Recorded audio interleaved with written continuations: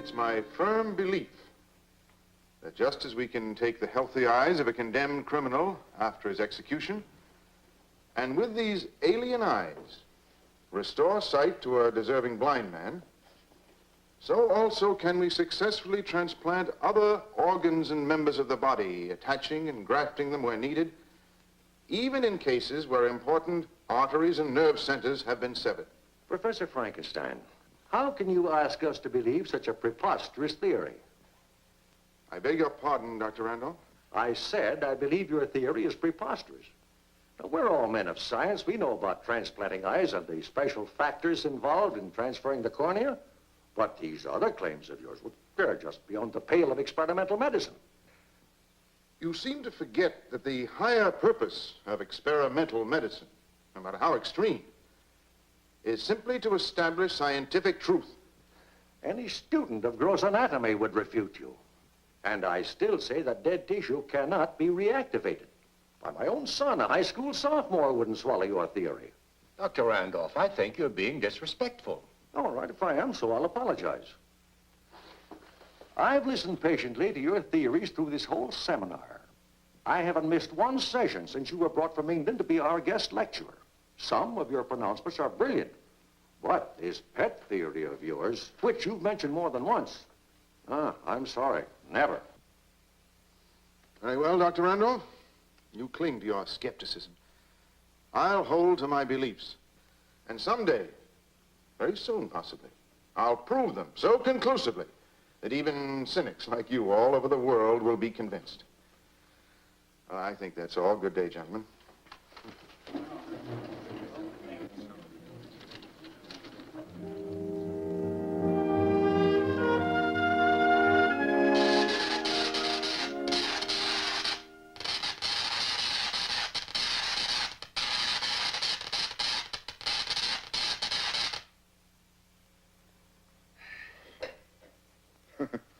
Patience, Dr. Carlton. Did you check the sweet foliage? Probably not. It seems that Dr. Randolph's remarks upset me more than they did you. Weren't you disturbed at such insolence? No. No, as a matter of fact, in some ways, I'm rather grateful to him. He forced my hand. And since you defended me so valiantly, and you're my close ally and fellow worker, our hand. Our hand? Yes. You've always supported me in all my theories in experimental medicine. Now you can help me prove them. How? Dr. Carlton, I plan to assemble a human being using parts and organs from different cadavers. You mean take one person's hand and another's leg? Yes, why not? Simply an intelligent adaptation of the principle of selective breeding. After all, if you breed morons, you beget morons. But when brilliant people mate... There are still risks, throwbacks. I eliminate all risks. I'm carrying the principle of selective breeding one step higher. You mean, of course, under the sponsorship of some medical institution? No. On my own. Right here, my own laboratory. You can't be serious. You don't dare. Don't dare. Don't dare. You know, I'm sure that someone spoke those same words and hurled that same challenge at that great ancestor of mine whose name I bear. And believe me, I'm serious. You see, the knowledge, the know-how, as you Americans put it, is in my blood. It's my heritage. But where Baron Frankenstein created a monster, I shall bring forth a perfectly normal human being, able to walk among normal people undetected. I'll point the way to perfection in the human race. Well, I applaud your ambition and I admire your courage, but when you propose to carry them out, I don't think I can help you. You see, I'm not a doctor of medicine. My degree is in physics. I know all about your qualifications, your research, your studies in X-ray, and that's exactly what I need. I'll provide the surgery. You'll provide the electronics. But you're reaching for the supernatural. To assemble a human being. I shall use only the ingredients of youth, not the worn-out body inhabited by an overtaxed brain. The old are dying, are dead. The whole trend is toward death. But if I'm successful, if I can create out of different parts a youth whom I shall instruct and control, I'll prove that only in youth is there any hope for the salvation of mankind.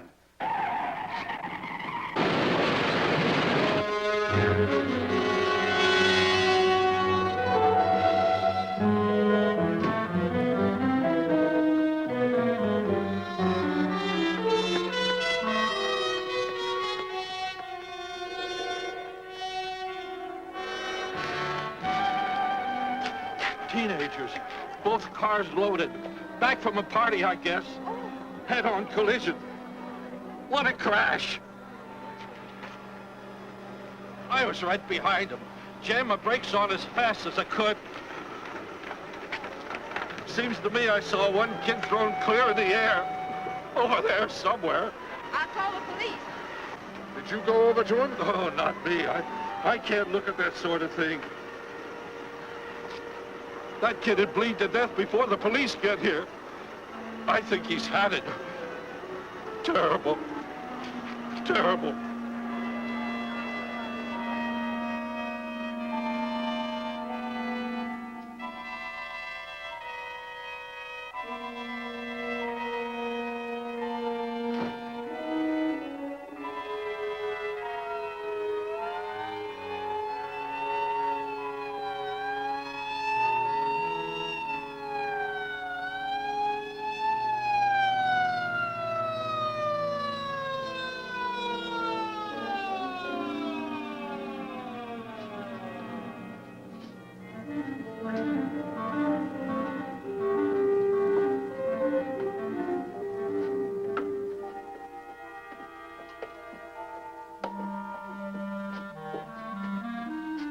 Steady him while I unlock the door.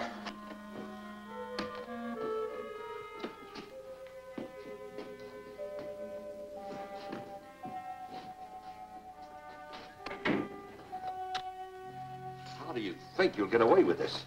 Stealing a body. With both cars completely burned in the crash, they won't be able to check. Stop shaking.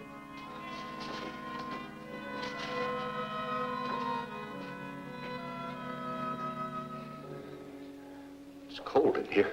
It should be. I keep the temperature of the vaults at 36. Ideal for unembalmed bodies. Temperature of a morgue. This is a morgue. My private morgue. This is where we will experiment and work. No one can disturb us here. What condition is he in?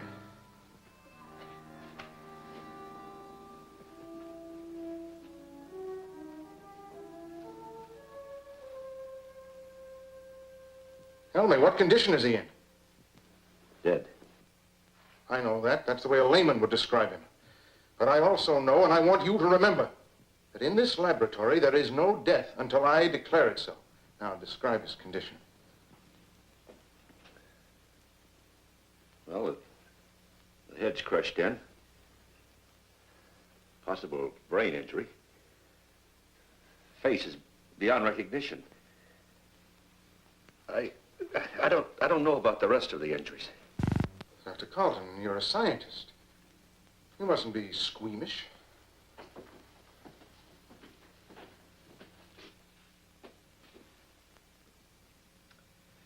I've seen worse. Anyway, the face is a comparatively simple replacement. If the brain is uninjured. Now, help me store this body for the night. Tomorrow we will begin.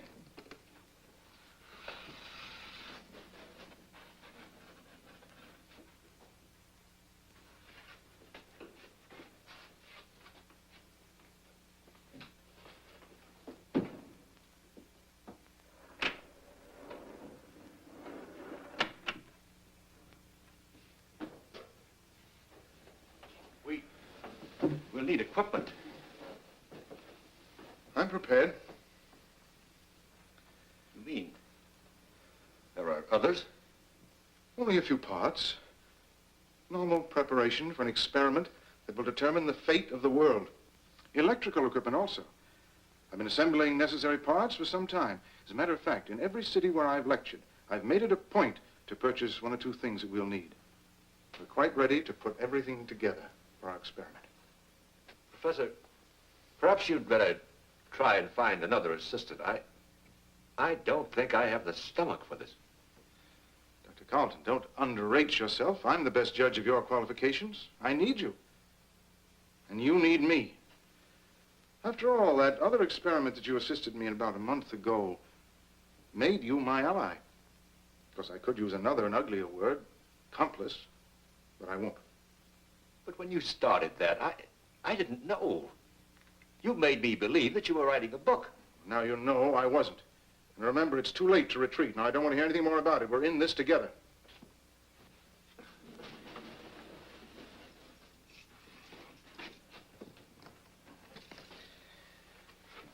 I'll want you to assemble a small synchrotron, something in the 100,000 volt category.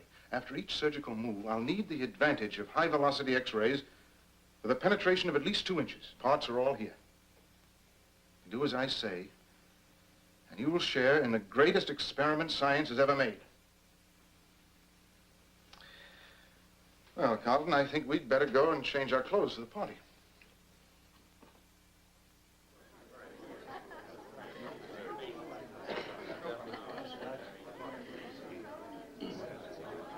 May I propose a toast on behalf of all of us to Professor Frankenstein, a true servant of science. And may I add that we'll miss his stimulating lectures when he has to return to his native England.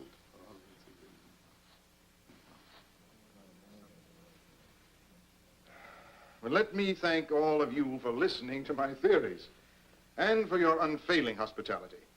I do have to return, as I'm only a guest in your gracious country, but I shall miss you.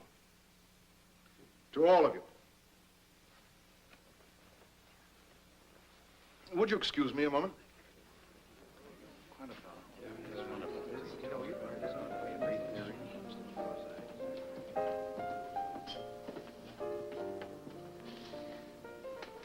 Margaret, you didn't join in the toast.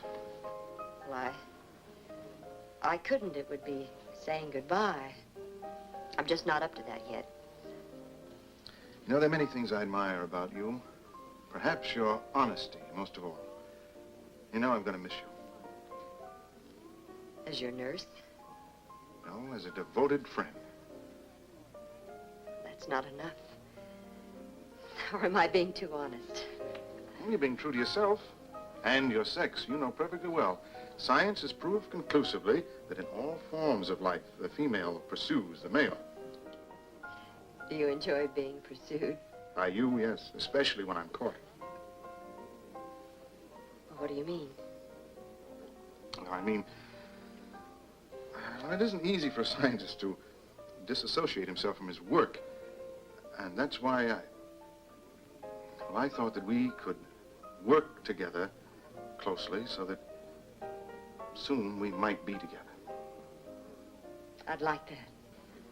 Margaret, in the next 2 months, before my visa expires, I'm going to be engaged in the most important experiment of my life. You could help me enormously, more than I could ever repay, by becoming my assistant.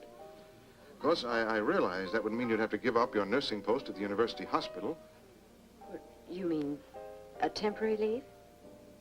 Why temporary? I'm a man as well as a scientist. When my experiment is completed successfully, we could go back together. If you'll have me. You know, they tell me the Queen Mary's an ideal setting for a honeymoon. Oh, darling. Of course I accept. I want you to keep all disturbing factors away from me. Answer phone calls, mail, put off visitors, interviewers' requests for articles and periodicals and so forth, and postpone all my appointments. I want to see no one but my associate, Dr. Carlton. And of course, you. I'll be the best watchdog you ever had. Of course, I'll have to give up my room at the hospital. Well, I suggest you move in here. You could have a wing to yourself, and Mrs. Dietrich, the housekeeper, would be the chaperone. If we feel we need one. Sounds wonderful. I'll move in tomorrow.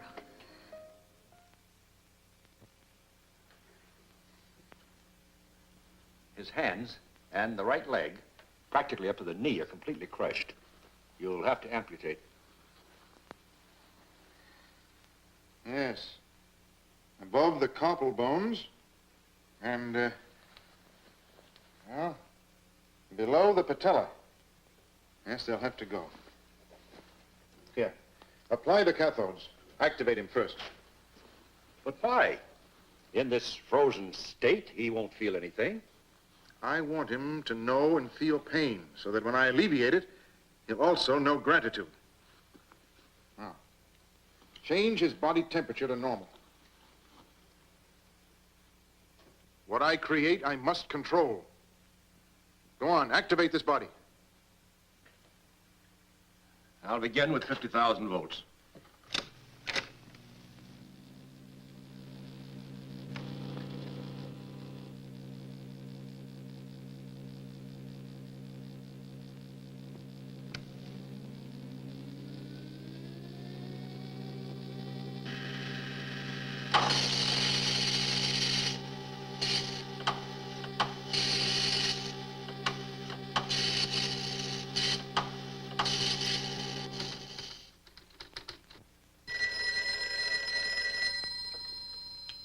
Professor Frankenstein's residence.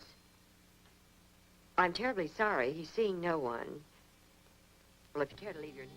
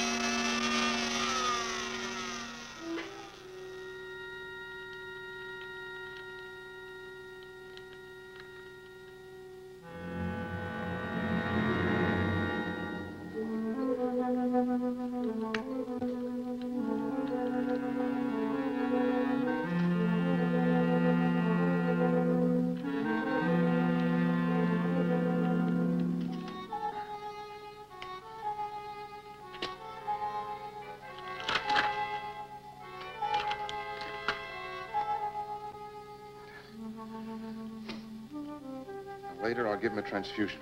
I'll select the blood myself. How are you going to dispose of those?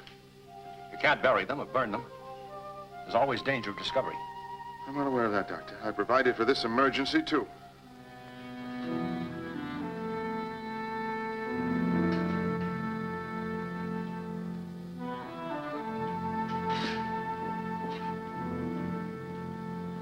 Come here.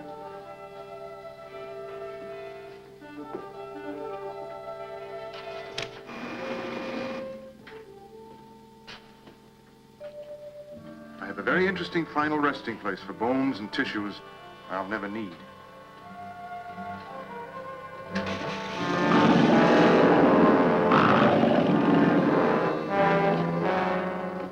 Now I have to get 2 hands and a right leg. Believe me, I'll see to it that the replacements are an improvement over the originals. Oh, dear Doctor, you look as if you could stand a drink. What? The scattered and partial remains of the Plymouth track team wiped out 2 days ago when a chartered plane attempting a landing in a thick fog crashed into the wild mountainside will be interred this afternoon in Fallbrook Cemetery. Poor boys. Oh, tragic. All those fine young athletic bodies, all those hours of training for strength, speed, endurance, gone to waste.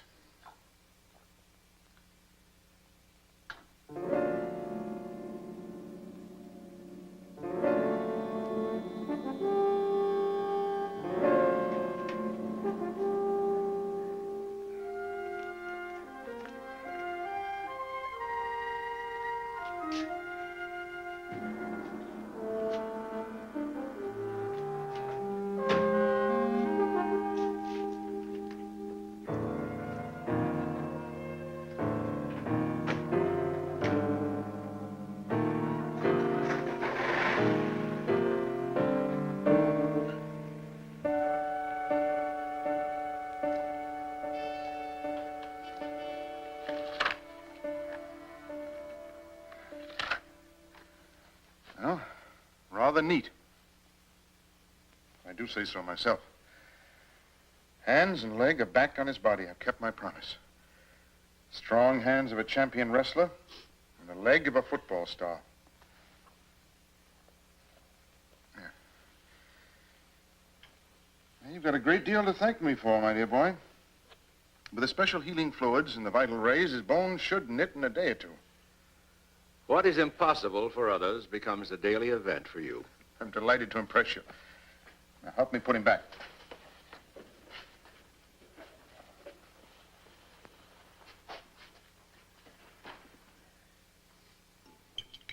My, that was a nice dinner. It's excellent roast, didn't you think so, Margaret? I don't enjoy food the way you do. Maybe you need a little more exercise. The doctor and I work so hard, we're ravenous. Will you excuse us, my dear?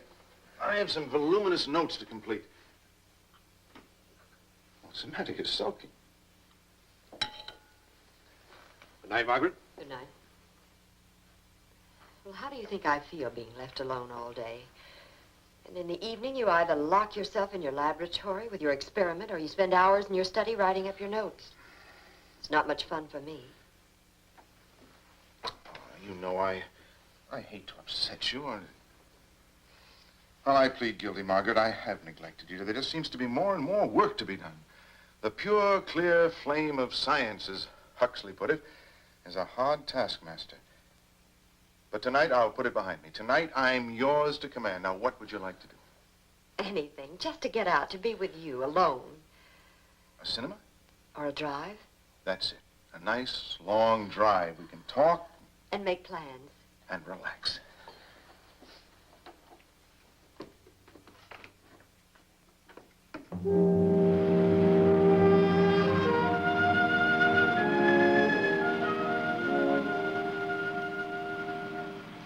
Over there.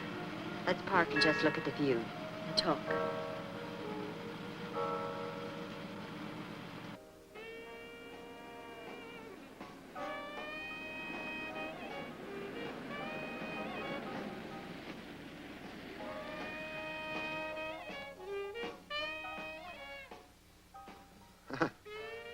Seems like others have the same idea. They come up here for some quiet necking. It's a lover's lane. Oh, that's interesting. Sort of a private preserve for teenagers, huh? I suppose as adults, we're lucky to find a parking space. But we'll turn on the radio and do what the teenagers do. They tell me it's loads of fun.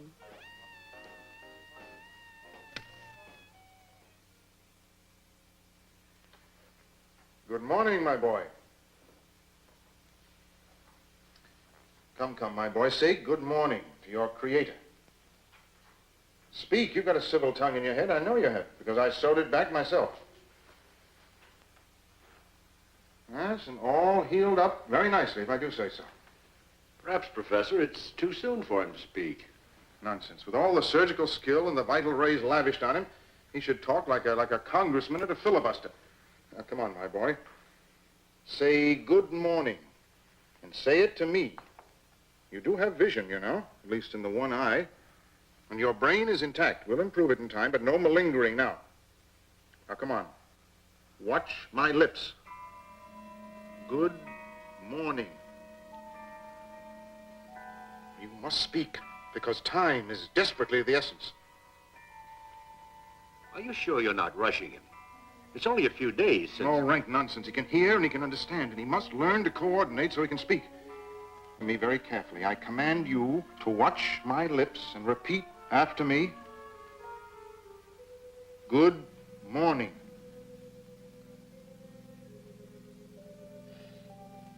Good morning.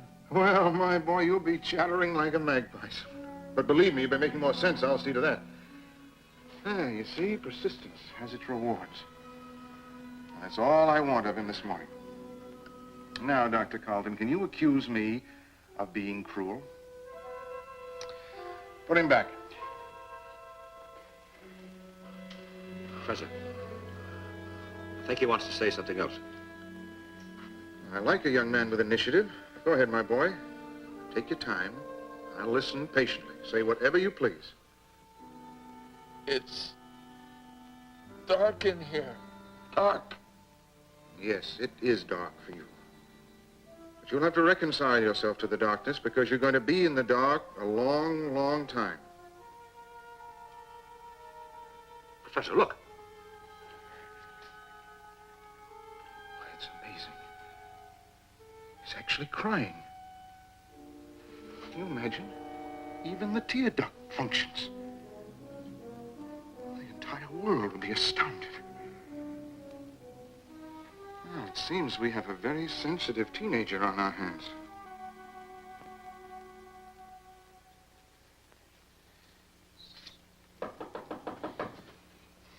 Come in. I can't. The door's locked.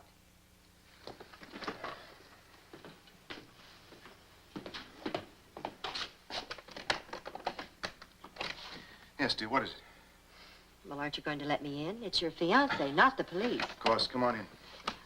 I'm sorry, but I just can't be interrupted. However, now that you're here... Well, if you're in a cross mood, perhaps I'd better wait. Oh, no. Come on now. Well, I want to talk to you. Even though the wedding is informal, plans have to be made. Details have to be worked out. The minister, the church, the guests. A girl doesn't get married every day. After all, this is the most important event of my life. I know, but I can't discuss it now. I've got too much work to do. Right now, the most important event in my life is my experiment. You don't have to tell me that. I've never seen such an example of devotion. By the way, dear, what is your experiment? Until I'm successful, it's a deep secret. Even from your future wife? Even from my future wife. When the right time comes, you'll be the first to know. Well, if you won't tell me, I might have ways of finding out for myself. Such as? What ways? Tell me! Answer me!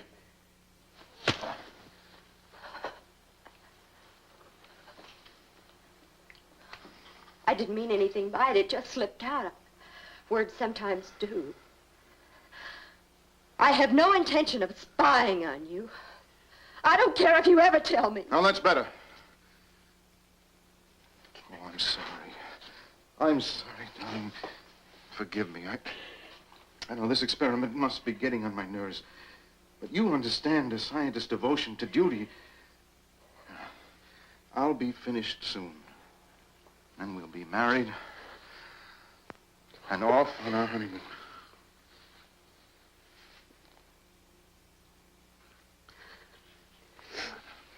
Let me dry those tears. You forgive me? Yes, of course. I'll leave you to your work now. I won't interrupt you again. Good. Oh, by the way, Dr. Carlton and I will be leaving in 10 minutes. We have some extensive purchases to make this afternoon. Will you delay all inquiries by saying that I'll be out of town for 3 days? I must have 72 hours of uninterrupted work. Of course, darling. I'll go back to my kennel quietly and be the best watchdog you ever had.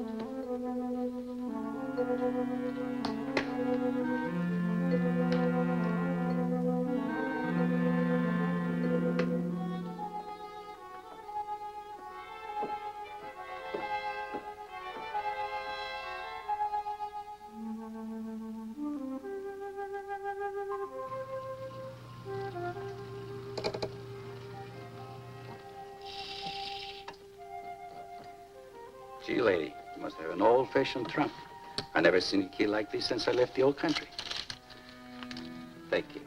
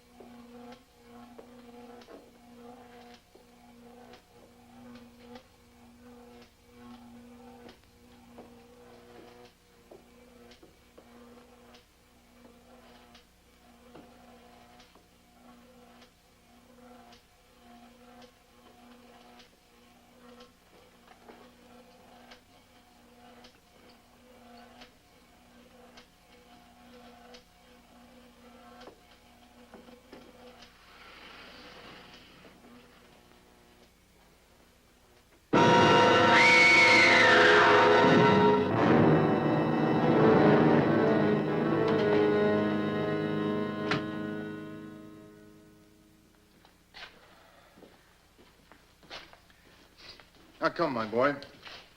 If we're going to impress a skeptical world, we'll have to make faster progress. Watch my lips. Observe them carefully, each and every move. They will guide you. Yes. Yes, sir, would be preferable. In England, you know, we have a little more respect for the older generation. Yes, sir. That's better. Better articulation, too. Now, concentrate. And repeat after me.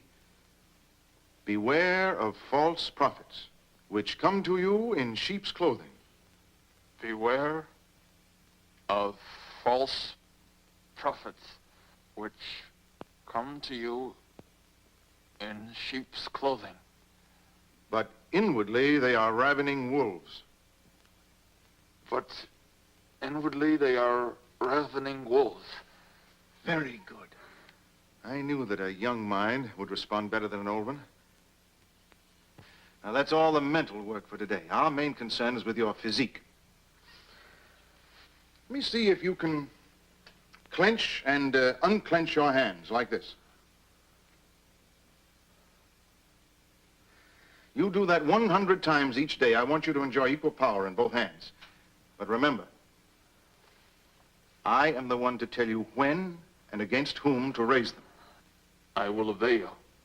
Yes, I'm sure you've learned that lesson, too. Now, your new leg. Stand up in it.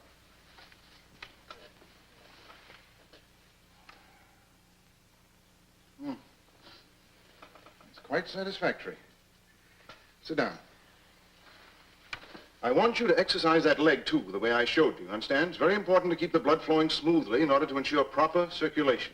Professor, I think he needs some supplementary nourishment. Yes, I prepared some special vitamins. I'll give them to you.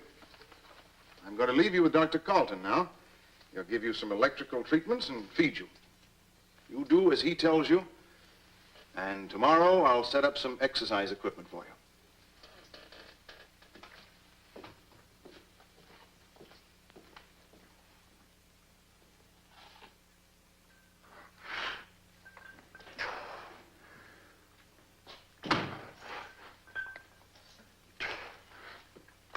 Excellent, my dear boy. Excellent.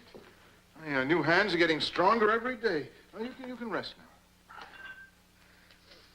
You know, with your remarkable mental and physical progress, and of course your obedience to me, you've made me very happy. Someday you and I are going to astound the world. A wunderkind, created by me, a teenage marvel. What's the matter? Aren't you pleased with all this? You are happy. But I am not. Why? Because you make me live down here. When will I walk among people? Don't badger me. You keep asking that question again and again. You will walk among people when I feel the time is right. When will that be? Never? You dare question me? I want to know. Why not now? I'll show you why not now.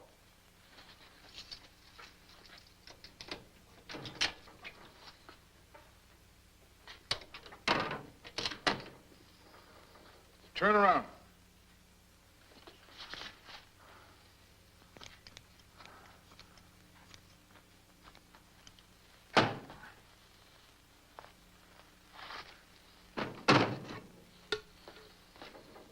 Now look!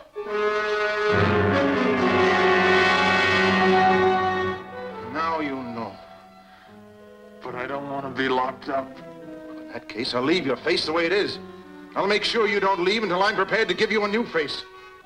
Look again, my boy. You'll be glad to stay here until I make you fit to go among people.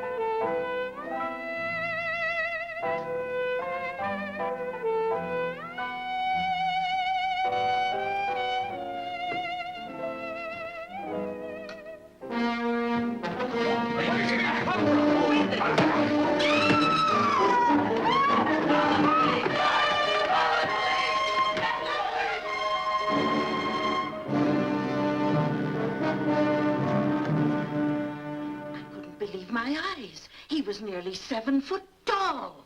No, he was shorter, but built solid. Broad shoulders, heavy arms. His face, what there was of it, 'twas terrible, terrible. If you ask me, he wore a mask, like those guys who hold up supermarkets. Well, one thing for sure, he was strong.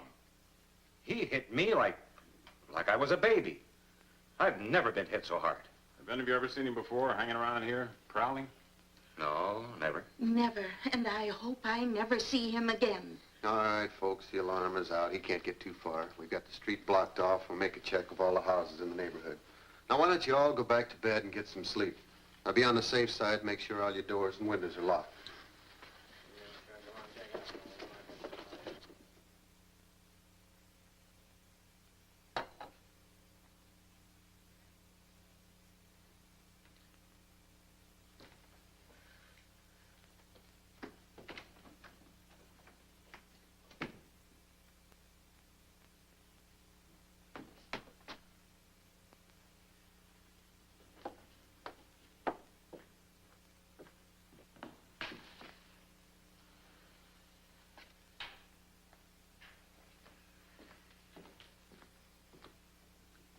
Then it was you.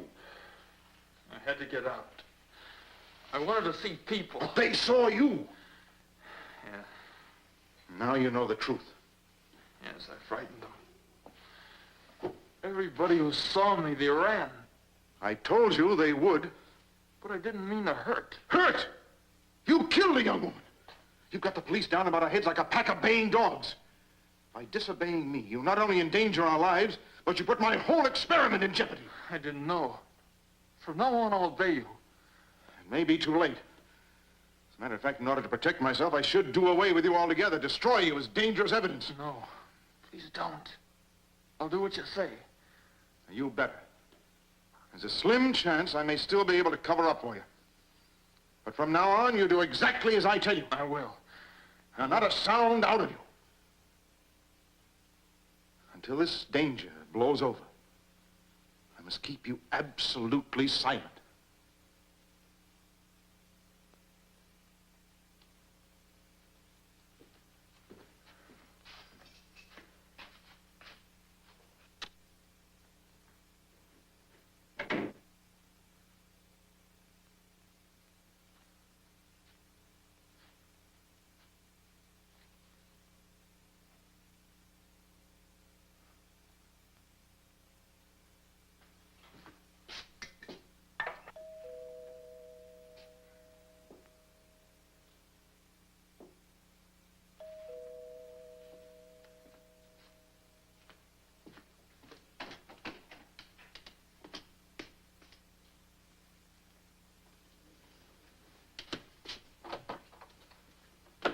What can I do for you, gentlemen?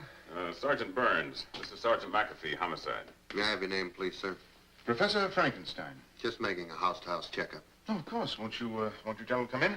We won't take up much of your time. It's about this fiend that's operating in this neighborhood. Yes, I know. I've read the newspapers. Dreadful. Tell me, Professor, have you heard or seen anything of a prowler or a peeping Tom? No, I'm afraid I have nothing to report. At least on this front, all quiet. Well, if you hear or see anything of a suspicious nature... I'll notify you at once. By the way, gentlemen, has anyone actually seen him? I mean, to guide me. Could you give me a description of this so-called fiend? Well, that's just it. 6 people see a suspect, and you get 6 different descriptions. Well, that's a human failing. Under the stress of panic or fear, our minds do strange things. Our eyes see strange visions. Yes, but they all agree on one thing. Whoever he is, his face would scare a ghost. Well, that's one detail I surely will remember. If I see or hear anything suspicious, I'll let you know. Thank you. Good night. Good night.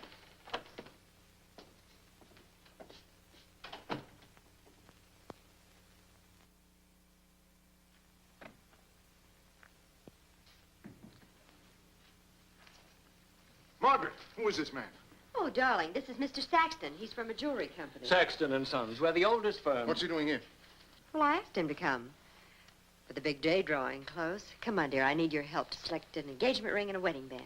We have some excellent sets, sir. Won't take but a moment to show them to you.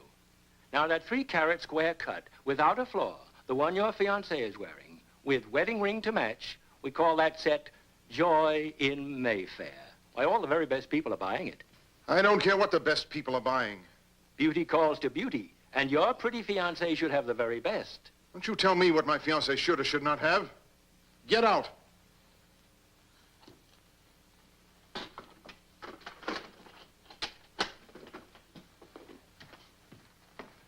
Perhaps another time. Just get out.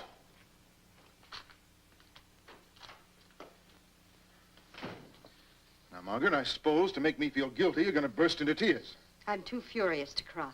You know I gave strict orders not to be interrupted. And today of all days, when I've already lost precious time. I thought the great man could spare his fiancée a few moments. And you know I do not allow strangers in this house. Well, he's nothing but a harmless salesman. He didn't come in here with a tape measure or a magnifying glass and fingerprint powder. I don't care. I don't want any strangers in this house. Why?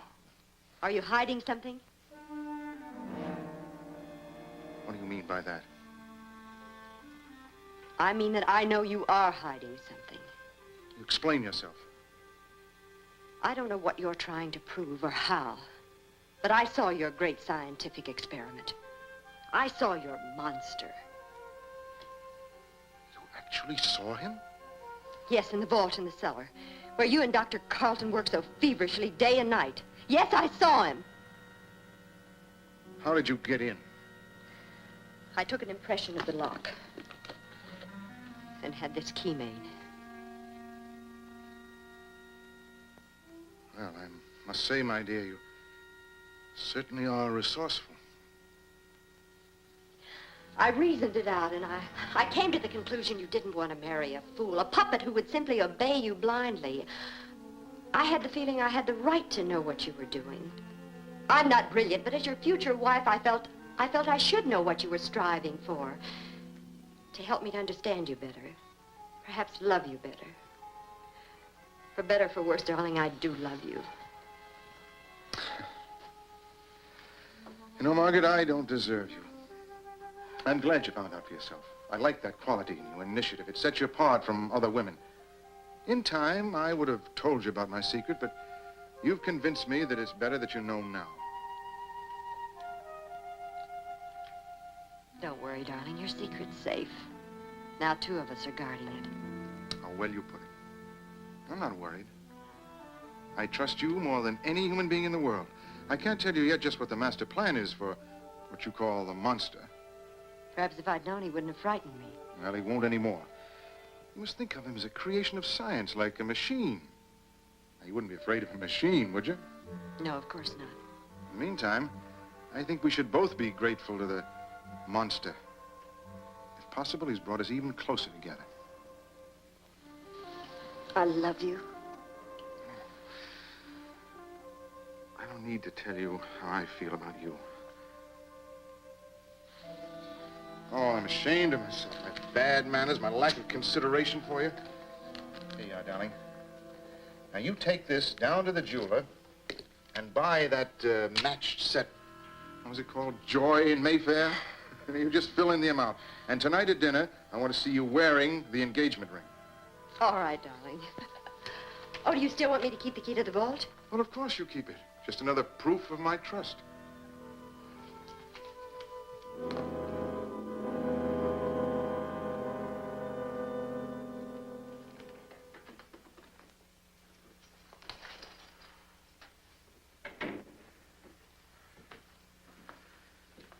Well, my boy, I think we're safe. The storm has blown over. You're very lucky. 2 or 3 days, and the police have other crimes to think about. What are you brooding about? Keep thinking of the day when I can go out and be among people, and they won't run away from me. The day when I'll have my new faith. Well, actually, I was planning to begin on that tomorrow. You were? Please do. Please. Unfortunately, someone has interfered with our plans.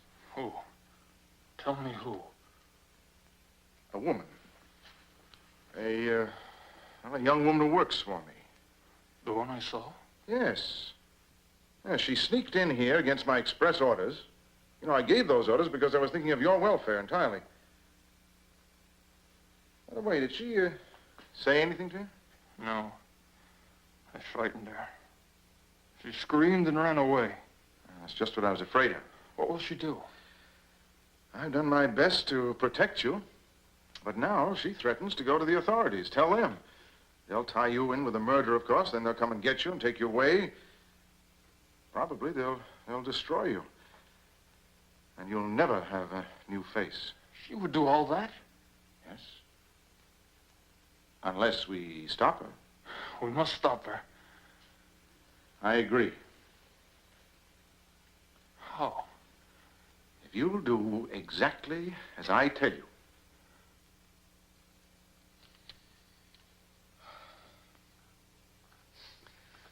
Darling, I'm afraid I'm going to need your help. Of course, dear. Telephone calls, errands, dictation. You certainly have a good eye for trinkets. You call that a trinket? The last thing I do at night and the first thing I do in the morning is look at it. I value it very much. Really? Well, it's very sweet of you to say that. Now tell me, how do you want me to pay for it? Pay for it? Well, I mean, show my gratitude.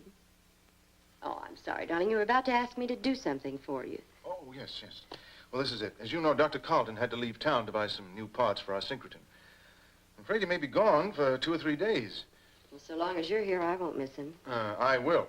I mean, as my assistant. And that's where you come in. Will you be my assistant?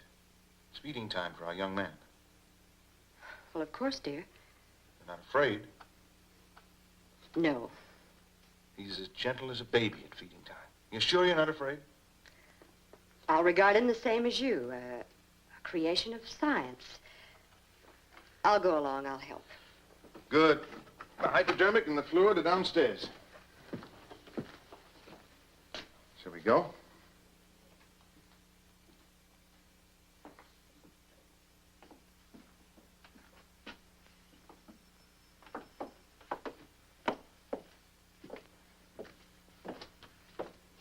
Go ahead, my dear. You open the door. Use your own key, the one you so ingeniously had made.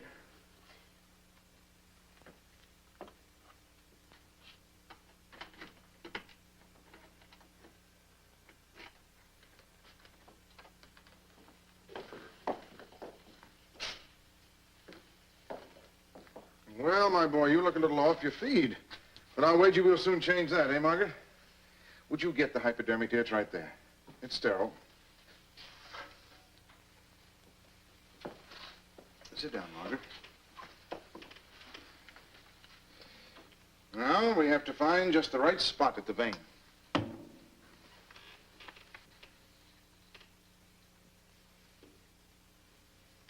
There it is.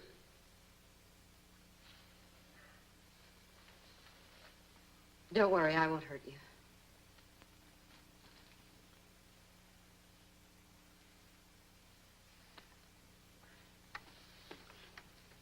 I'll be right back, dear. I'm just going upstairs to get a supplementary vitamins.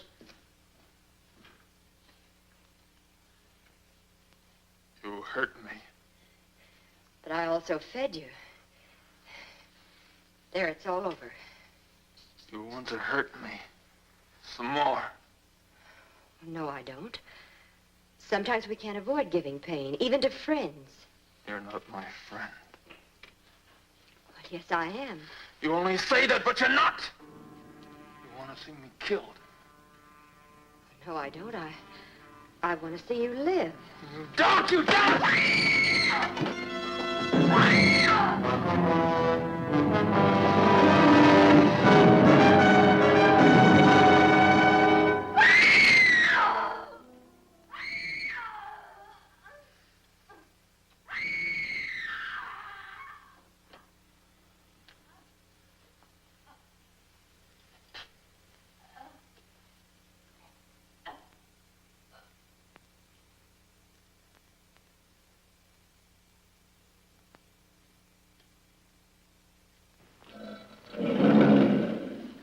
Poor Margaret. You've done your work well. You've earned your reward. My new face? Exactly. Tonight, I'm going to lead you out of this darkness. We'll go among people. Discreetly, of course. You'll be able to pick the face that pleases you. Then it will be yours.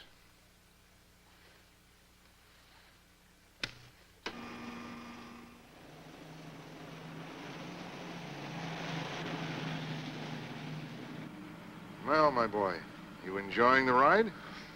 Night air is stimulating, isn't it? I like to breathe, but I'm afraid to be in a car. Well, that's natural. You were killed in one. The memory of that crash was embedded in your brain. Will I always be afraid? No, you'll get over it. You're young. And after I've grafted on your new face, life for you will really begin. You mean that after you give me another face? New impressions will crowd in, one on top of the other. Life will become fresh and exciting.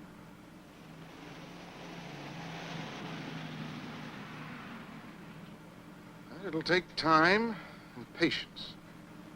But someday, after we have baffled the learned men of science, I'll tell the entire world the truth. How you were reborn. How I fashioned you from different parts, breathed life into you, pumped knowledge and wisdom into a brain that was hidden in a corpse. Then I'll be honored by the entire world, having brought mankind one step further in the eternal battle against death.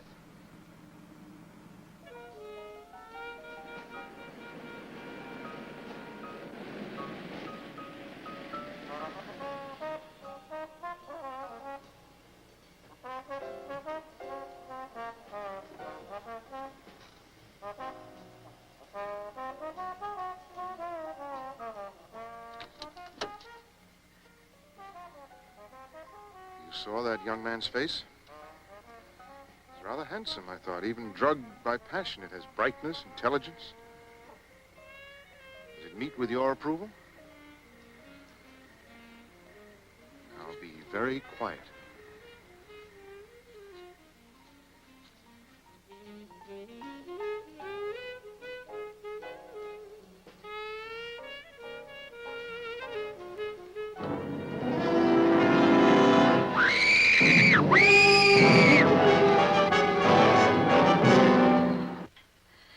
The doctor gave strict orders that she mustn't be disturbed. Well, maybe you can help us. Just tell us what she told you when she got home. She couldn't say very much. Every word was agony.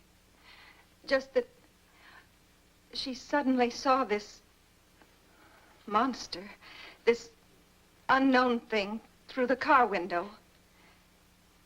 He had only one eye and not much face. And he just looked at Bob. Then she screamed and fainted. She heard no more, saw no struggle? When she came to, Bob was gone. The keys were still in the ignition. How she was able to drive home, I'll never know. But she stumbled in, panicked, and screamed until the doctor gave her a sedative. Well, has she said anything since? Only the boy's name. She keeps moaning, Bob, Bob. The one who did this. You think it's the same as...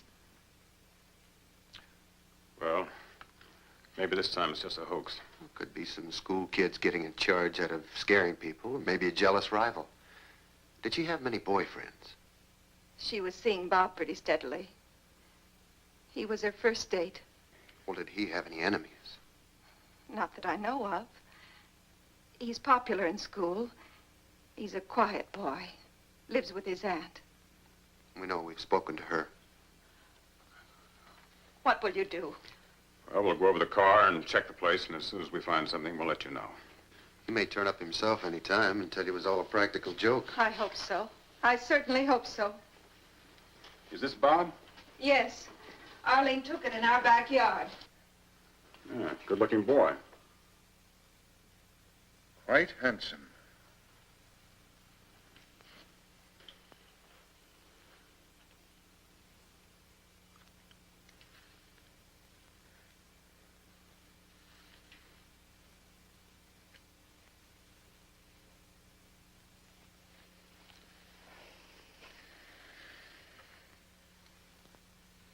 Quite handsome.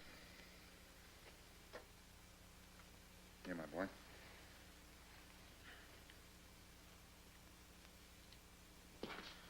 Well, all the new equipment is in the trunk of the car. Acquired discreetly in 4 different cities, as you instructed. Good. Some special coils for raising voltage, magnetic generators, and a variety of small parts. Excellent. We're prepared for anything. Now, as a small reward, let me pour you some of this sherry. It's really quite exceptional. Superbly dry. A caress to the palate. I quite agree. Excellent.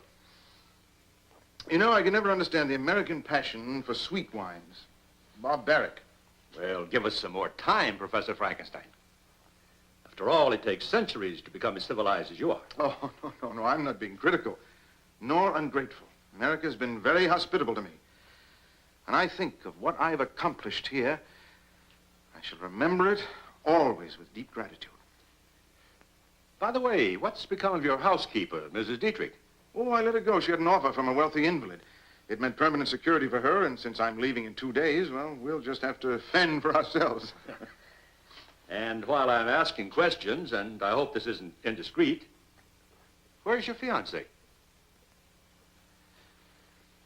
Margaret is, gone. Disappeared. Ah, perfidy. Thy name is woman. Quit me cold. After I'd stolen precious hours away from the experiment to select this for her, an engagement ring. It was rather expensive, too. It's a pity. You mean she just up and disappeared? Packed up all her things, secretly. Left me rather a bleak note, something to the effect that our marriage just wouldn't work out. And all this after I had not only offered her my heart, but also my deep faith and trust. Did she go back to the hospital? No, I telephoned there immediately. I hoped I might be able to persuade her to change her mind, but, well, she just disappeared. Well, I suppose it's understandable in a way, and very embarrassing for her to have to admit that she'd given her heart even briefly to the wrong suitor. But isn't that the way of women? They make us poor men suffer for their blunders. Well, Doctor, in time my heart will mend, but now I must lose myself in my work. I must devote myself to science and research to the exclusion of all other interests. I suppose it's the only thing left. I think you'll agree with me when I show you what I've accomplished. And believe me, this is far more significant than the flight of a silly, emotional girl. This has to do with our young man. Something's happened to him? I would say so.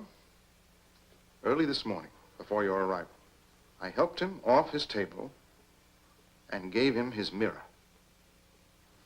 Now, if you'll come down with me, you'll be the first to see his new face. New face? But how? Where did you Oh, come now, Doctor. Why burden yourself with unnecessary details? After all, we're both interested in the same thing, results. You come and look. I think you'll realize that we're practically at the end of our experiment.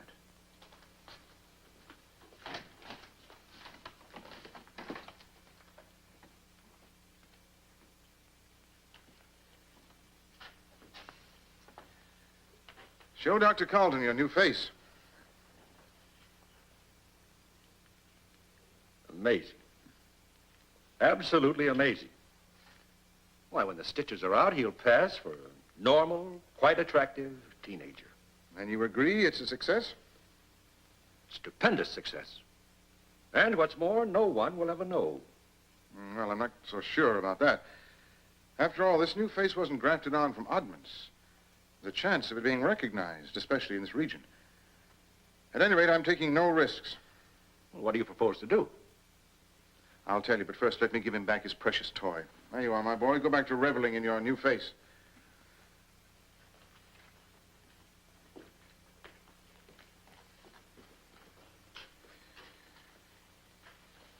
I'll tell you what my plans are. Actually, our plans. We're going to take him to England. It'll be much safer to launch him there. But how? You need a passport, identity, a name, and assuming that you can safely prove all those, you can't keep him locked up in the cabin for the whole voyage. And after we land, customs, immigration, well, we'll come up against all kinds of questioning authorities. How you do run ahead, my dear Carlton. How you do run ahead. Those packing cases over there are stamped electrical apparatus. Actually, that's what they will contain. The parts you just purchased and the rest that we dismantle. They seem large enough. Larger. Each one of those cases has a false bottom. I don't think I quite understand. I assembled him, didn't I? I disassemble him here, preserve the parts, and later, in England, I reconstruct him. In my London laboratory, I have the same facilities, the same equipment, and the same assistant, you. Can't do that. It's too inhuman. I can't be a part of such a fiendish plan. You can and you will. You've got no choice. And actually, there's no time to be lost.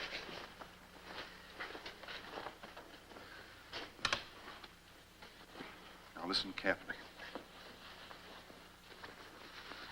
I'm going to place him on the operating table, ostensibly to remove the stitches in his new face. You'll see he'll be like a little lamb, consent to anything as long as it improves his countenance. Only this time, I'm going to strap him down very firmly. I'll explain that it's necessary to ensure no distortions to his features. I'll tell him the slightest move may jeopardize his precious new face. I assure you he'll cooperate like an angel. After I've got him strapped down, I want you to inject a double quantity of sodium pentothal. And then he'll feel nothing.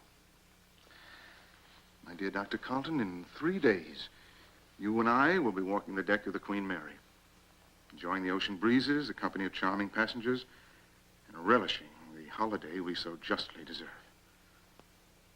Go ahead. Prepare for the operation and get the hypodermic ready.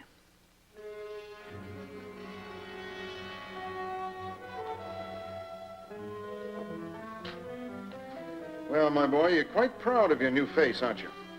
Yes. With it, I can walk among people. They can see me and not be frightened. Not quite. But after I've removed the stitches, no one will be able to tell a thing. Then your new face will be yours permanently. Let me have the mirror. Don't get on the table, my boy. We've got to get you ready.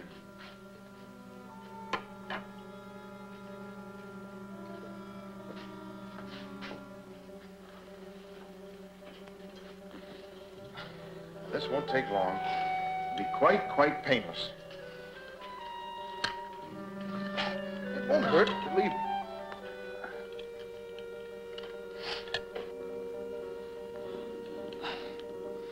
Go ahead, give him the pentothal. No, I don't want that. I know what's best for you. No, you want to hurt me. Go ahead, silence him, fool. His arm's not steady. No, you won't.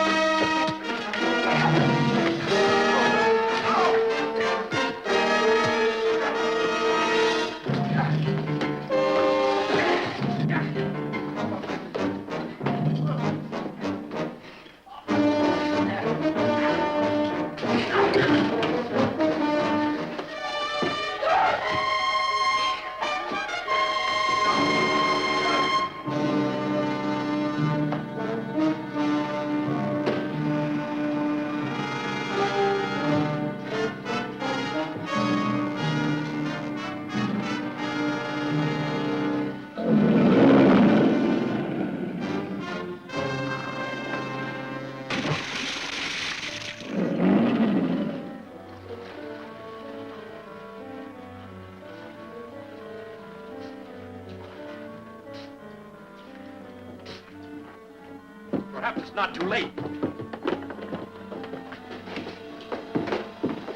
Where's Professor Frankenstein? It's too late.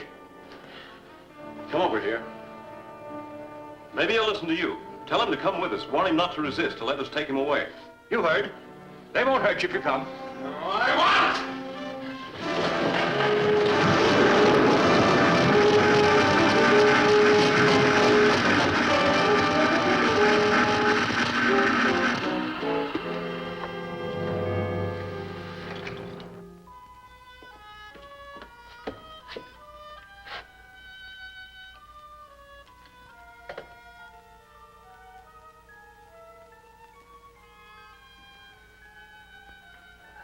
I'll never forget his face after the accident. Never.